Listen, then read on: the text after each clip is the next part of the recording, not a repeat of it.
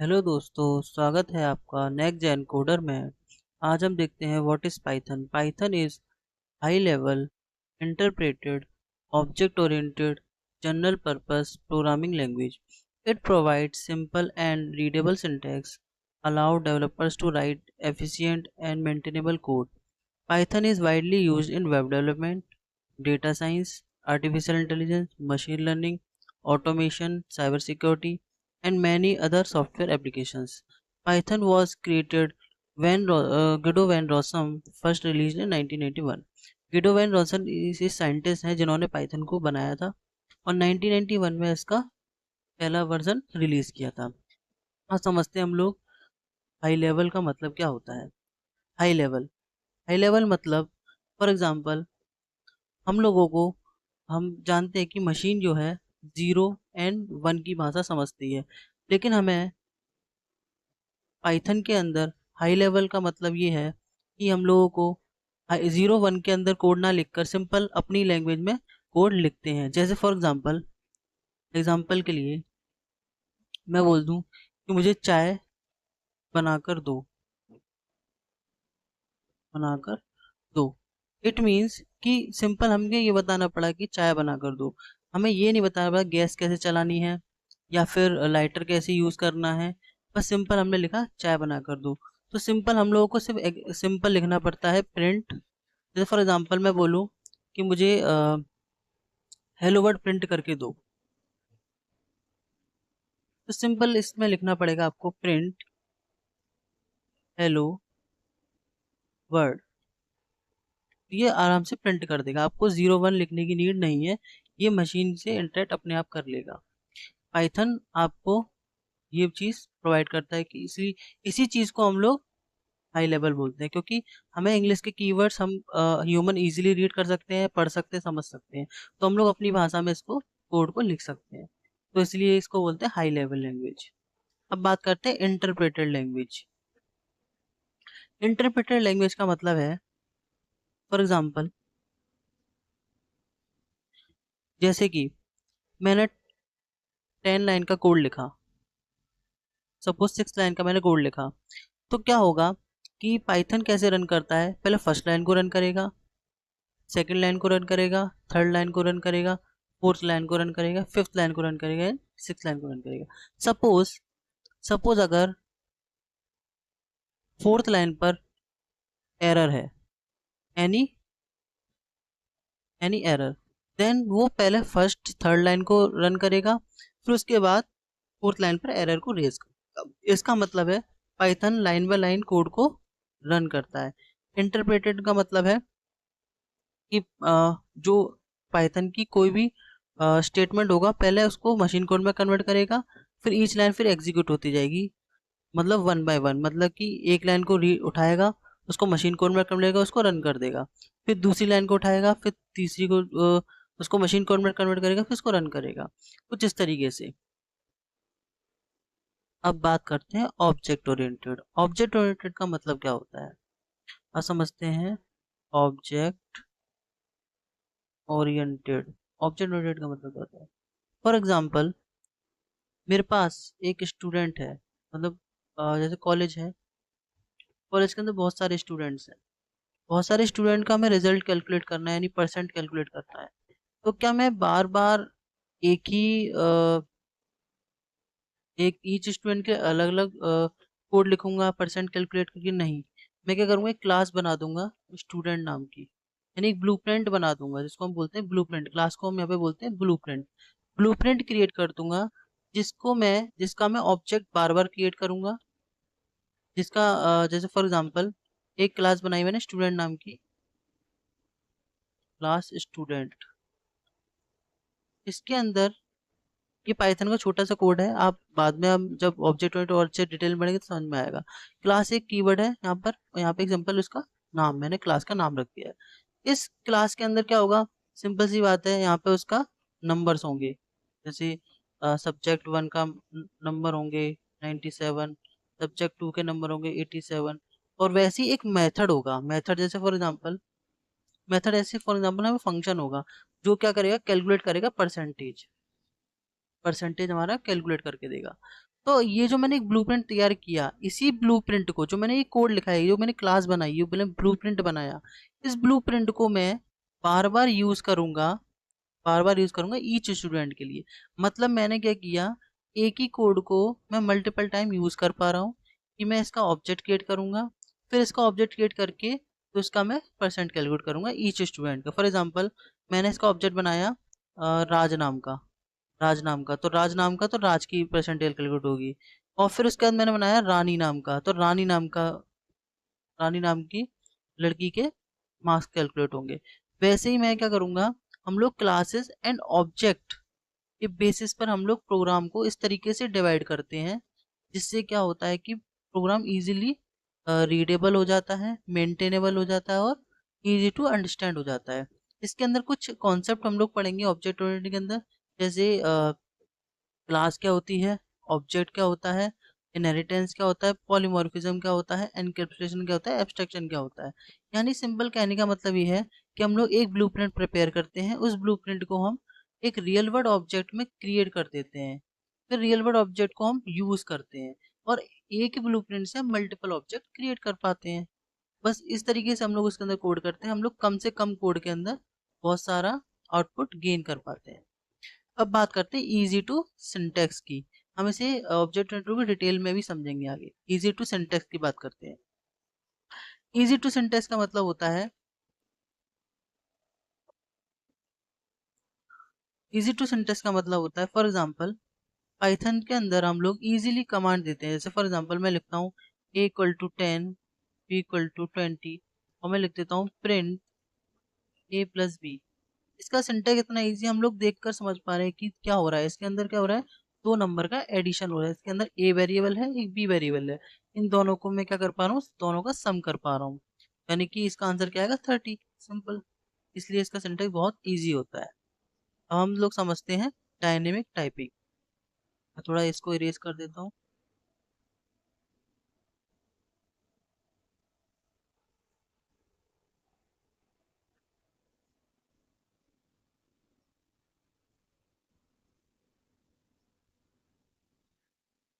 अब बात करते हैं डायनेमिक टाइपिंग की। डायनेमिक टाइपिंग का क्या मतलब होता है,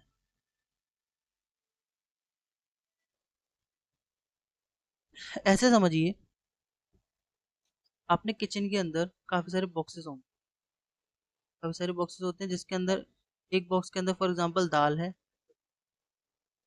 दूसरे बॉक्स के अंदर सपोज करो सॉल्ट है, यानी कि दाल एंड सॉल्ट। अब क्या होगा कि हमको पता है कि इसके अंदर दाल का लेबल लगा हुआ है, तो इसके अंदर हम दाल स्टोर करेंगे, इसके अंदर हम लोग सॉल्ट स्टोर करेंगे। तो जो ये बॉक्स है वो किस टाइप का आइटम होल्ड कर रहा है, सॉल्ट टाइप का। ये जो दाल है किस टाइप का आइटम होल्ड कर रहा है बॉक्स, दाल टाइप का। तो इट मीन्स वैसे ही यहाँ पर एक डेटा टाइप्स होते हैं। मैं थोड़ा सा ध्यान से समझिएगा। सी अगर जिस बच्चे ने पढ़ी होगी, जिन बच्चों ने सी पढ़ी होगी, उन्होंने फर्स्ट ईयर में, अगर बीटेक फर्स्ट ईयर की स्टूडेंट है, उन्होंने सी पढ़ी होगी, इसमें उन्होंने देखा होगा कि इंट a=10 को जिस तरीके का स्टेटमेंट देखा होगा।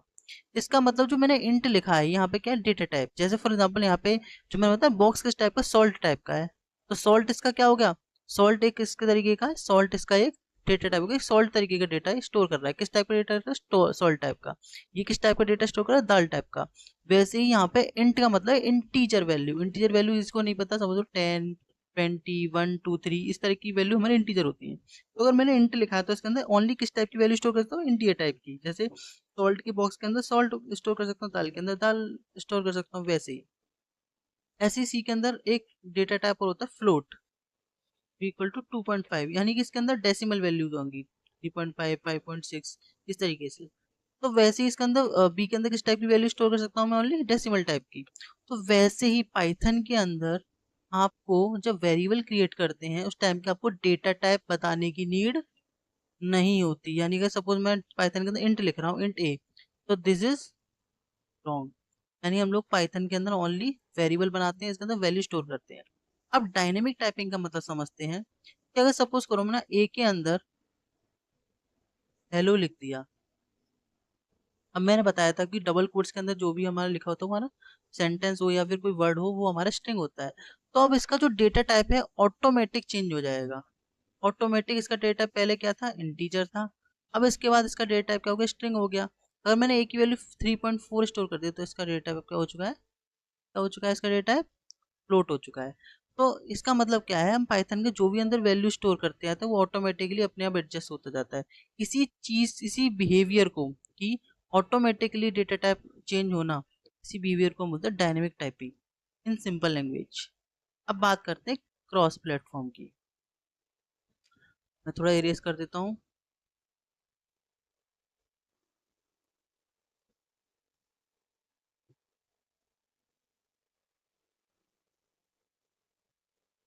बात करते हैं क्रॉस प्लेटफॉर्म की।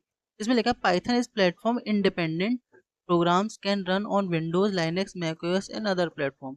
इसका मतलब क्या है, प्लेटफॉर्म इंडिपेंडेंट का मतलब समझते हैं पहले। प्लेटफॉर्म इंडिपेंडेंट का मतलब होता है, जैसे फॉर एग्जांपल मैंने पाइथन का कोड एक विंडोज ऑपरेटिंग सिस्टम, जैसे मेरे पास एक लैपटॉप है जिसमें विंडोज ऑपरेटिंग सिस्टम इंस्टॉल्ड है, तो इस ऑपरेटिंग सिस्टम में मैंने पाइथन का कोड लिखा, उसको मैं ज़रूरी नहीं है कि ओनली विंडोज़ पर ही रन कर सकता हूँ, यानी कि मैं मल्टीपल ऑपरेटिंग सिस्टम जैसे फॉर एग्जांपल लाइनक्स या मैक ऑपरेटिंग सिस्टम पर भी मैं इसको रन कर सकता हूँ इजीली। मतलब मैं एक बार कोड लिखूंगा उसको मैं मल्टीपल प्लेटफॉर्म्स पर रन कर सकता हूँ, यानी कि इसी का मतलब होता है प्लेटफॉर्म इंडिपेंडेंट। ऐसा नहीं है कि एक ही प्लेटफॉर्म पर डिपेंडेंट, मतलब इंडिपेंडेंट का मतलब होता है कि आप किसी भी एक प्लेटफॉर्म पर कोड लिखा, उस कोड को मैं किसी दूसरे ऑपरेटिंग सिस्टम पर भी रन कर सकता हूँ, इसका मतलब होता है प्लेटफॉर्म इंडिपेंडेंट। अब बात करते हैं डिपेंडेंट क्या होता है। डिपेंडेंट वो होता है इसमें प्लेटफॉर्म, यानी कि विंडोज है तो विंडोज पर ही काम करेगा, लाइनक्स है तो लाइनक्स पर ही काम करेगा। लेकिन इंडिपेंडेंट का मतलब होता है कि अगर एक प्लेटफॉर्म पे काम करे तो वही कोड दूसरे प्लेटफॉर्म पर भी काम करेगा, मैक ओएस पे भी काम करेगा, लाइनक्स पे भी काम करेगा, विंडोज पे भी काम करेगा। यानी एक बार कोड लिखूंगा मल्टीपल जगह यूज करूंगा।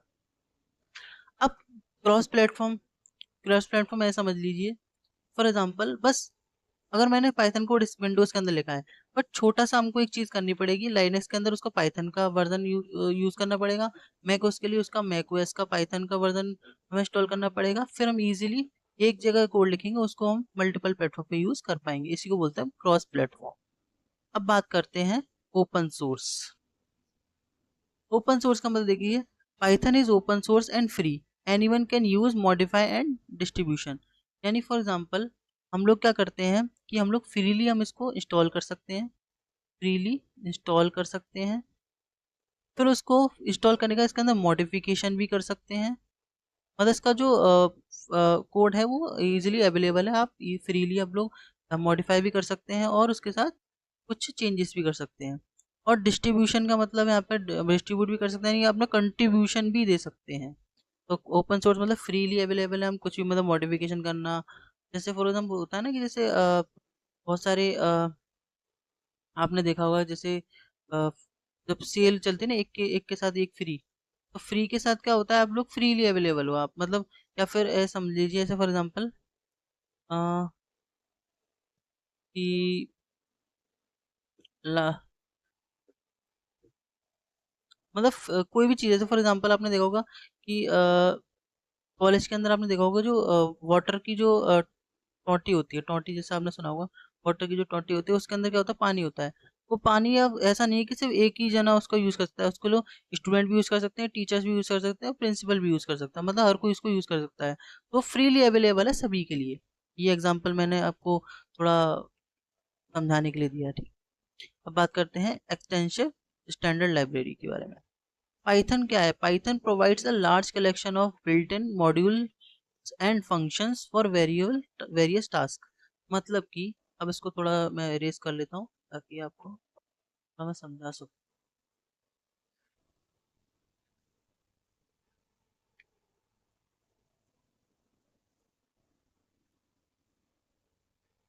जैसे पाइथन क्या करता है, पाइथन के अंदर बहुत सारे पहले से इनबिल्ट आपको लाइब्रेरीज एंड मॉड्यूल्स मिलते हैं। जैसे एग्जांपल के लिए एक मैथ मॉड्यूल मिलता है पाइथन के अंदर पहले से बना हुआ। सिंपल हमको इसका यूज करना है तो इसके अंदर कुछ फंक्शंस होते हैं। हमें बात करते हैं मॉड्यूल जिसको समझ में नहीं आ रहा, जिसने सी पढ़ी हो तो सी से समझ सकते हैं। सी के अंदर आपने देखा होगा stdio.h और कोनियो डॉट एच, इस तरीके की लाइब्रेरीज होती हैं जिसको हम इंक्लूड करते हैं। stdioh डॉट के अंदर हमको printf फंक्शन मिलता है, scanf फंक्शन मिलता है। वैसे ही मैथ मॉड्यूल के अंदर में sqrt फंक्शन मिलता है, sqrt फंक्शन मिलता है जो स्क्वायर रूट कैलकुलेट करके देता है। वैसे ही रैंडम मॉड्यूल होता है। ऐसे ही कुछ लाइब्रेरीज होती है जैसे numpy, pandas, ये लाइब्रेरीज कुछ प्रोवाइड करता है, बहुत सारी लाइब्रेरीज प्रोवाइड करता है पाइथन, जिनका हम यूज कर सकते अपना खुद का प्रोग्राम बिल्ड कर सकते हैं। अब बात करते हैं रैपिड डेवलपमेंट। रैपिड डेवलपमेंट मतलब high level feature and reach libraries enabled faster development and prototype. यानी इसके अंदर कुछ ऐसे फीचर्स हमको प्रोवाइड होते हैं जिसके थ्रू हम इजीली बड़ा से बड़ा प्रोग्राम इजीली हम लोग बना सकते हैं। फॉर एग्जांपल बात करूं, मेरे को जैसे मैंने अभी बात की थी स्क्वायर रूट कैलकुलेट करना है, तो स्क्वायर रूट कैलकुलेट करने के आपको लॉजिक लिखने की नीड नहीं है, आप सिंपल मैथ मॉड्यूल यूज करिए, सिंपल स्क्वायरिटी फंक्शन लगा करके उसको कैलकुलेट करा दीजिए। सिर्फ 2 लाइन के कोड में आप इजीली एक छोटा सा स्क्वायर रूट कैलकुलेट करने का प्रोग्राम लिख पाएंगे। फास्टली हम लोग डेवलपमेंट कर सकते हैं। अब थोड़ा बात करते हैं इसके एप्लीकेशंस की। अब बात करते हैं पाइथन की एप्लीकेशंस के बारे में। पाइथन के अंदर पहला वेब एप्लीकेशन है वेब डेवलपमेंट। पाइथन के अंदर हम लोग पाइथन का यूज़ करते हैं, हम लोग बना सकते हैं वेबसाइट। अब जिसको वेबसाइट नहीं पता, वेबसाइट जैसे सपोज करिए आपने HTML CSS पढ़ी होगी, उसके यूज करके हम एक वेब पेज क्रिएट करते हैं, उसके अंदर इंटरनली फॉर्म फिल करना, फॉर्म कहाँ जाके सेव हो रहा है, वो सारी चीज़ें होती हैं। वैसे हमने कॉलेज की वेबसाइट देखी होगी, जैसे कुछ लोग यूनिवर्सिटी की AKTU हो गया, या फिर फेसबुक किसी ने चलाया होगा, फेसबुक, इंस्टाग्राम इंस्टाग्राम ये सारी क्या है, इनकी वेबसाइट भी, इनके ऐप्स भी हैं। तो ये वेबसाइट जितनी बनती है इस टाइप की वेबसाइट आप पाइथन के अंदर भी क्रिएट कर सकते हो। अब पाइथन के अंदर कैसे क्रिएट करेंगे, इसके अंदर कुछ फ्रेमवर्क्स होते हैं पाइथन के, जैसे डिजेंगो आपने सुना होगा। अगर डिजेंगो नहीं सुना तो मैं इसके बारे में भी अगर चाहेंगे तो वीडियो बना दूंगा। बट अब क्या समझ लीजिए, हम लोग इसके अंदर वेबसाइट क्रिएट कर सकते हैं, वेब पेज बना सकते हैं, और उसका यूज कर सकते हैं पाइथन का यूज करके। अब बात करते हैं आर्टिफिशियल इंटेलिजेंस। आर्टिफिशियल इंटेलिजेंस को थोड़ा समझते हैं। आर्टिफिशियल इंटेलिजेंस के अंदर हम लोग पाइथन का भी यूज कर सकते हैं। कैसे करेंगे यूज, जैसे ह्यूमन का ब्रेन होता है, डिसीजन ले पाता है, सही क्या, राइट क्या है, रॉन्ग क्या है, वैसे ही हम लोग इस टाइप का ब्रेन हम लोग आर्टिफिशियल ब्रेन क्रिएट कर सकते हैं पाइथन का यूज करके। तो यही हमारा क्या होता है, आर्टिफिशियल इंटेलिजेंस होता है, अगर बेसिक लैंग्वेज में अगर हम इसको समझें। अब बात करते हैं डेटा साइंस की। मैं थोड़ा इरेज कर लेता हूँ।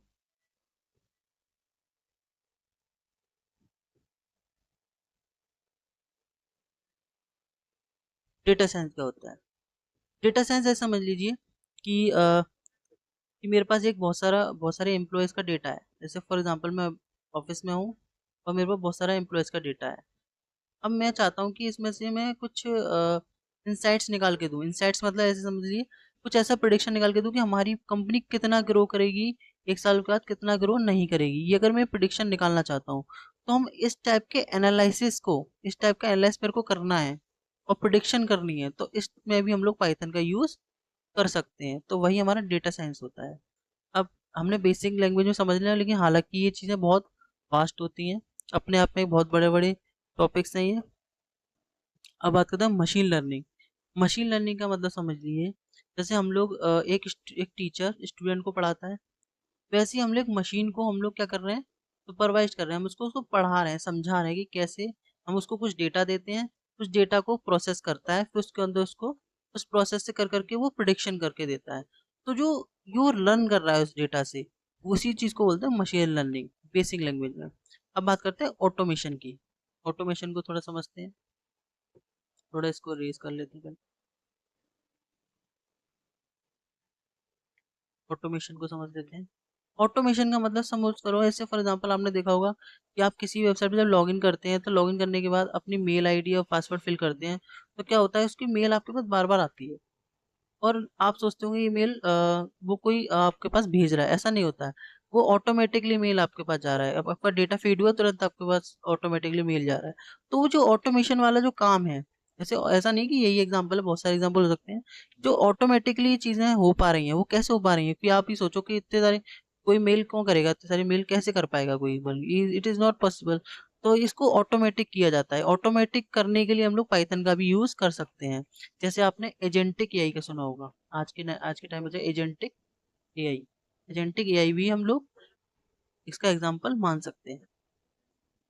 साइबर सिक्योरिटी, जैसे बहुत सारे साइबर अटैक्स आपने देखे होंगे, जैसे फोन के अंदर फोन हैक हो जाता है, ये सारी चीजें हो जाती हैं, या वेबसाइट पर अटैक होते हैं। तो इन चीज़ों को बचाने के लिए हम लोग साइबर सिक्योरिटी में पाइथन का यूज़ कर सकते हैं। गेम डेवलपमेंट, पाइथन के अंदर एक लाइब्रेरी होती है पाई गेम नाम की, तो इसका यूज़ करके हम लोग गेम डेवलपमेंट भी कर सकते हैं। फिर अब बात करते हैं डेस्कटॉप यूआई। अब डेस्कटॉप यूआई का मतलब समझ लीजिए जैसे माइक्रोसॉफ्ट ऑफिस होता है, एमएस ऑफिस हो गया, एमएस वर्ड हो गया, पावर पॉइंट हो गया, इस तरीके के जो सॉफ्टवेयर होते हैं डेस्कटॉप एप्लीकेशन होती हैं, वैसी ही एप्लीकेशन आप बिल्ड कर सकते हैं। नोटपैड हो गया आपका, तो नोटपैड जैसा भी आप सेम पाइथन के अंदर क्रिएट कर सकते हैं। इसके अंदर एक लाइब्रेरी होती है टिक इंटर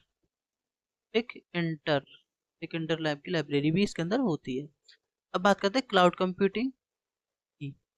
मैं थोड़ा इरेज कर लेता हूँ।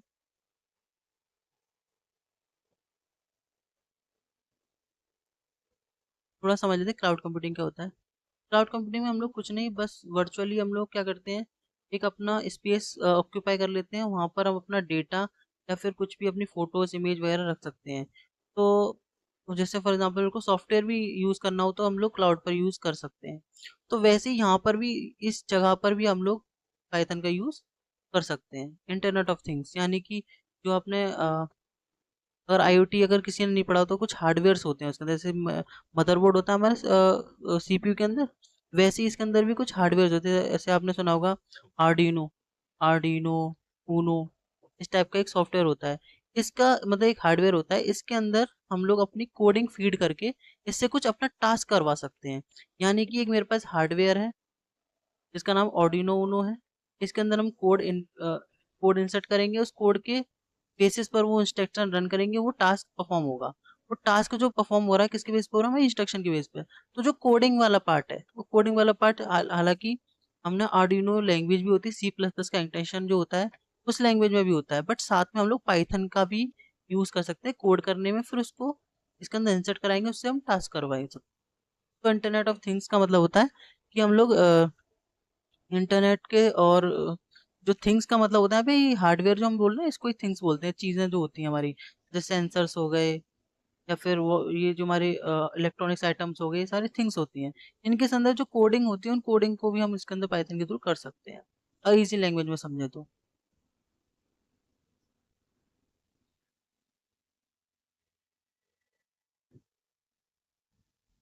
अब बात करते हैं इसके एडवांटेज की। पहला है इजी टू लर्न, क्योंकि हम इतना पढ़ चुके हैं कि पाइथन बहुत इजीली हेलो वर्ड प्रिंट करना है, तो इजीली हम लोग प्रिंट के अंदर हेलो वर्ड लिख देंगे तो प्रिंट हो जाएगा। तो इजी टू हम लर्न कर सकते हैं, बहुत इजी सिंटैक्स है, एक या दो लाइन में पूरा कोड हम लोग, बहुत कम लाइन कोड में बहुत सारा आउटपुट गेट कर सकते हैं। तो easy to learn and use है। फिर अब बात करते हैं रीडेबल एंड मेंटेनेबल कोड। हम लोग क्या कर सकते हैं, कोड को छोटे छोटे मॉड्यूलर फंक्शन में डिवाइड कर सकते हैं और इजीली उसको मेंटेन कर सकते हैं।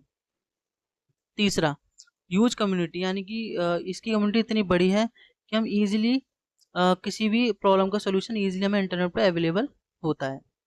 अब बात करते हैं तीस चौथे की, large number of libraries and frameworks. क्योंकि मैंने अभी जैसे बताया कि बहुत सारी इसके अंदर लाइब्रेरीज बनी होती है, इसका यूज करके हम रैपिडली डेवलपमेंट कर पाते हैं। और फ्रेमवर्क जैसे डिजेंगो हमारा फ्रेमवर्क है, तो यूज करके हम लोग वेब डेवलपमेंट कर पा रहे हैं, तो वो भी इसका एग्जाम्पल है। अब बात करते हैं पोर्टेबिलिटी अक्रॉस प्लेटफॉर्म, यानी मैंने बताया था ना, platform independent, dependent, cross platform. यानी हम एक बार कोड लिखेंगे किसी प्लेटफॉर्म पे, दूसरे प्लेटफॉर्म पे हम उसी कोड को दोबारा रन कर सकते हैं। यानी कि एक सेम कोड को मल्टीपल प्लेटफॉर्म पे हम रन कर पा रहे हैं, मल्टीपल ऑपरेटिंग सिस्टम पर रन कर पा रहे हैं। फिर ऐसे ही हम लोग फिफ्थ देखते हैं, ideal for rapid application development. Rapidly application development वही चीज़ सेम, हम लोगों को बहुत सारी लाइब्रेरीज और फीचर्स मिलते हैं पाइथन के अंदर, जिसका यूज करके हम लोग जल्दी से जल्दी चीज़ों को डेवलप कर सकते हैं। Open source and free, open source यानी फ्रीली अवेलेबल, वही मैं टोटी का एग्जांपल दिया था, कॉलेज के अंदर टोटी है, सभी के लिए फ्रीली अवेलेबल है, सबका उस पर बराबर का बराबर बराबर का अधिकार है, वैसे ही सभी लोग उसका यूज कर सकते हैं। वैसे ही फ्रीली ओपन सोर्स है पाइथन, कोई भी इसका यूज कर सकता है, कोई भी इसको डाउनलोड करके अपने डेस्कटॉप पे डाउनलोड कर सकता है, मॉडिफाई कर सकता है, अपने मॉड्यूल बना सकता है। अब बात करते हैं लिमिटेशंस की। पहली है स्लोअर देन कंपाइल्ड लैंग्वेज। यानी कि हम लोग सिंपली जानते हैं कि पाइथन एक इंटरप्रेट लैंग्वेज है, इसलिए इसका एग्जीक्यूशन सी या सी प्लस प्लस जैसे कंपाइल्ड लैंग्वेज से थोड़ा स्लो होता है। एग्जाम्पल के लिए अगर बहुत हैवी कैलकुलेशन करनी है तो सी और सी प्लस प्लस ज़्यादा फास्ट एग्जीक्यूट करती है, इसलिए पाइथन थोड़ी स्लो हो जाती है, क्योंकि इसके अंदर एक लाइन उठाते हैं फिर दूसरी लाइन को मशीन कोड में फिर उसके बाद एग्जीक्यूट होती है, इसलिए काफ़ी ये काम हेक्टिक हो जाता है, इसलिए थोड़ी स्लो होती है। अब हाई मेमोरी कंजप्शन, क्योंकि ये रैम ज़्यादा लेती है, क्योंकि बिकॉज सी और सी प्लस प्लस थोड़ी फास्ट होती हैं और ये थोड़ी रैम ज़्यादा लेती है, यानी इसके अंदर पाइथन प्रोग्राम दूसरी लैंग्वेज के कंपैरिजन में ज़्यादा रैम का यूज़ करता है। एग्जांपल, अगर सिस्टम में रैम कम हो तो पाइथन एप्लीकेशन थोड़ी स्लो फील हो सकती है, क्योंकि पाइथन के अंदर जो कैलकुलेशंस होती हैं वो काफ़ी एक एक बार में एक लाइन रन होती है, एक बार में एक लाइन रन होती है, तो काफ़ी स्लो हो जाता है। No ideal for mobile development. Python का use Android and iOS app बनाने में बहुत कम होता है, बहुत कम होता है, क्योंकि एंड्रॉयड एंड कैटलिन, जैसे एंड्रॉयड एंड्रॉयड और कॉटलिन, इनका यूज़ सबसे ज़्यादा होता है मोबाइल ऐप डेवलपमेंट में, तो पाइथन को हम लोग ज़्यादा यूज़ नहीं करते हैं। तो यहाँ पर भी ये थोड़ा इसकी लिमिटेशंस हैं। Less suitable for low level system programming, यानी कि जितने भी ऑपरेटिंग सिस्टम्स होते हैं, जैसे लाइनक्स ऑपरेटिंग सिस्टम हो गया, अदर ऑपरेटिंग, या कोई न्यू ऑपरेटिंग सिस्टम में क्रिएट करना हो तो ज़्यादातर उसके लिए सी और सी प्लस प्लस यूज़ कर सकते हो, क्योंकि ये जो जो लैंग्वेज है हार्डवेयर से थोड़ी कनेक्टेड लैंग्वेजेस हैं। बट पाइथन जो है इस चीज़ के लिए नहीं बनाएगी, वो पाइथन जो है यूज़र फ्रेंडली लैंग्वेज है, इसलिए यहाँ पर भी ये इसकी लिमिटेशन है। ग्लोबल इंटरप्रेटेड, यानी GIL limit true multiple multi threading in CPU bound task, यानी कि इसका मतलब ये है कि जैसे मेरे पास बहुत सारी कैलकुलेशंस हैं, एक कोड के अंदर बहुत सारी कैलकुलेशन करनी है, तो पाइथन क्या है कि एक बार में एक ही टास्क परफॉर्म कर पाती है, और CPU जो है मतलब कि जब एक बार में एक टास्क परफॉर्म होगा तो ये काफ़ी क्या हो जाएगा, स्लो हो जाएगा। एक बार में एक ही टाइम पर बहुत सारे हैवी कैलकुलेशन करने होते हैं, बट पाइथन की परफॉर्मेंस सी प्लस प्लस या जावा से कम हो सकती है, क्योंकि यहाँ पर क्या होगा कि एक बार में एक स्टेटमेंट रन होगा, एक बार में एक स्टेटमेंट, एक बार में एक स्टेटमेंट, तो इस वजह से ये थोड़ा स्लो हो जाती है। बट बात वही है कि पाइथन काफ़ी स्लो है, बहुत सारी लिमिटेशंस इस पर अप्लाई हो रही। थैंक यू आज के लिए। नेक्स्ट वीडियो में हम पाइथन का इंस्टॉलेशन देखेंगे और एक छोटा सा प्रोग्राम बना करके देखेंगे। आज के लिए बस इतना ही। Thank you. एंड इस चैनल को लाइक शेयर सब्सक्राइब करें एंड बेल आइकन प्रेस करें ताकि आपको नई वीडियोस की नोटिफिकेशन जल्दी से मिल सके। Thank you.